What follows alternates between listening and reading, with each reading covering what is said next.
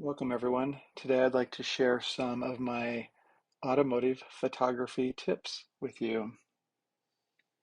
So there are two different ways to approach automotive or car show photography, which is what most of us will have the opportunity to do. The first one is you can document the event by including the people and the general environment. And another way is artistic or abstract images of the cars. And the really cool thing about classic cars is most of them are truly a work of art. And tonight's tips are more about the artistic side of the images. So, time of day to photograph automobiles, especially at a car show, is I would recommend that you always arrive early. Look for the start time of the show and get there maybe 30 minutes before that start time because car owners will want to show up early to get that good spot. And the really nice thing is there's not a lot of people around at the time, so it makes it really easy to get some good compositions.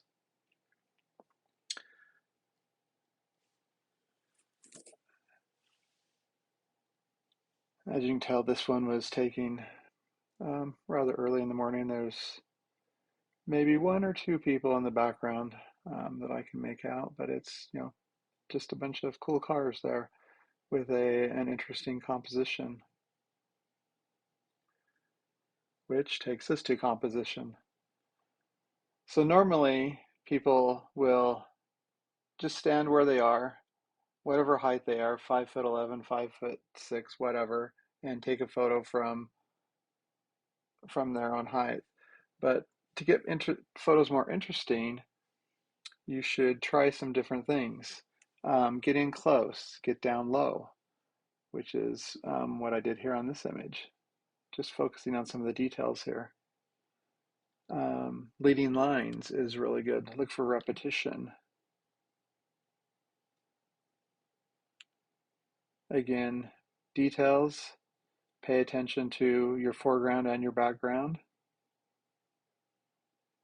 Just looking for cool stuff. This was a fun competition looking between these two cars. You see the reflections on them, and then they'll lead you right into the one at the end. Again, here's another repetition that gives you a nice leading line. And in addition to getting down low, try and get up high and shoot down. You can sometimes get some cool images this way.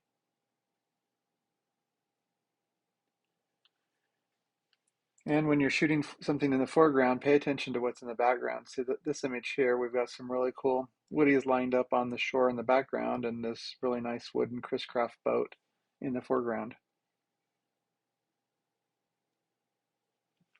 Next thing I would suggest is pay attention to the details. Look at the color and the distinct markings on the vehicles that you're photographing. Focus on the contrast between the colors and shapes. All of these cars have texture, curves, and lines. And another cool thing to do is pay attention to license plates. A lot of these cars have custom license plates because the owners are proud of their cars and they like to show it off. And also don't forget about photographing inside the car. So here's a cool one. I noticed this reflection in the mirror, so I'm basically focusing on the mirror, showing even more of the car in the background. Here's a nice detail of a hood ornament.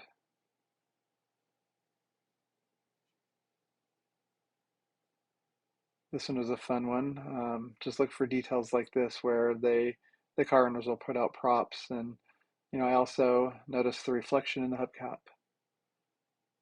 And I got down low for this one too. Another nice detailed shot of a hood ornament, and I like this one where there's like a twinkle in the dog's eye. Another thing is look under the hood. Many of these cars will have their hoods open, showing off the power they've got underneath. And there's usually some really cool compositions that can be made, like this one right here. just looking at the details. Here's another one from inside. This is actually, I photographed from the very back, shooting through the window in the back and zoomed in so I could see what was outside the windshield and some of the dash and woodwork in the roof. Here's another cool thing that this owner brought to the car show. They had this little kids push car. So look for things like this and get down low and photograph those, and pay attention also to the what's in the background. Because I see another reflection in not only the hubcap but in the fender of the car there. And what do you know? Let's move on to reflections. So reflections are everywhere. Um, Pay attention to the reflections. Change your eye level. Like I said, go up high, go down low, because these car owners, they really take good care of these cars and they want to show them off. So they polish them up nicely. Look at their hubcaps. Look for reflections there in the bumpers, reflections in the paint jobs, in the mirrors. So a lot of times you can get two for the price of one. You take a picture of a detail of one car and you're getting a photograph of the one that's parked right next to it.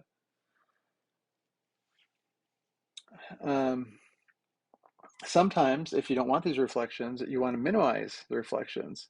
And like if you're shooting through window glass, or you don't want the reflection of the vehicles that's next to you, and this is where you could add a polarizer. But I have a lot of fun shooting the reflections, so I don't usually use one. Here's some examples. We got the reflection in the hubcap, the fender, the bumper. And see, in fact, in the bumper, I could even say that's a self-portrait because I'm sure I'm one of those people right there standing out in front of the car. There was another cool reflection in the fender. Another shot of a mirror, seeing what the mirror sees.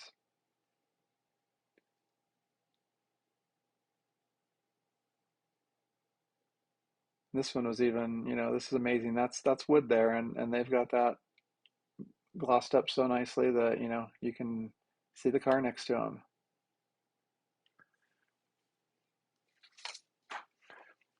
So what gear do I use?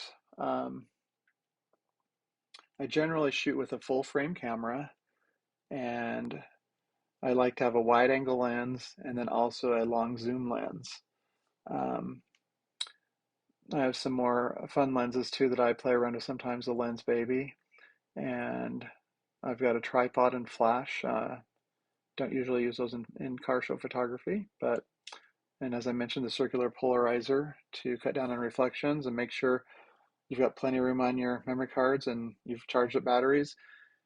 And even nowadays, all that stuff can be just reduced to a smartphone because a smartphone will do a lot of the work for you.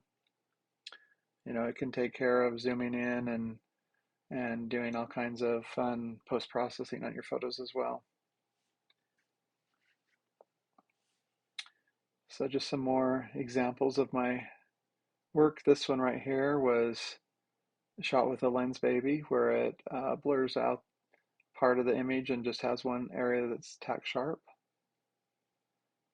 Another one where it makes it look like it might be moving or something.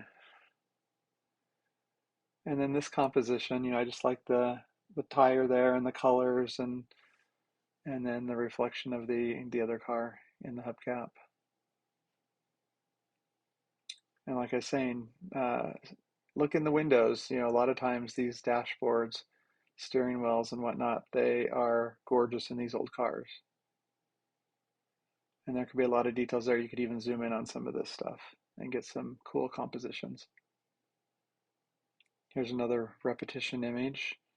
And, I wanted to include some of the environment where these old woody wagons were kept at.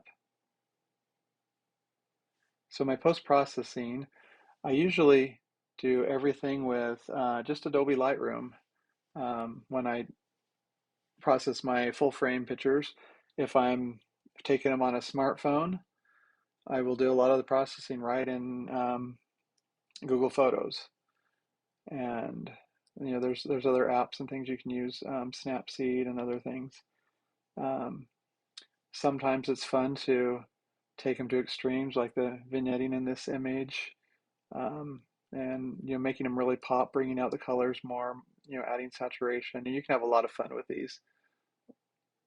these images. And once you get into it and start paying attention to the details of the cars, I think you'll have a great time and a lot of fun doing photography of automobiles and have a greater appreciation of these classic cars. And with that, I'd like to thank you for listening to my presentation today.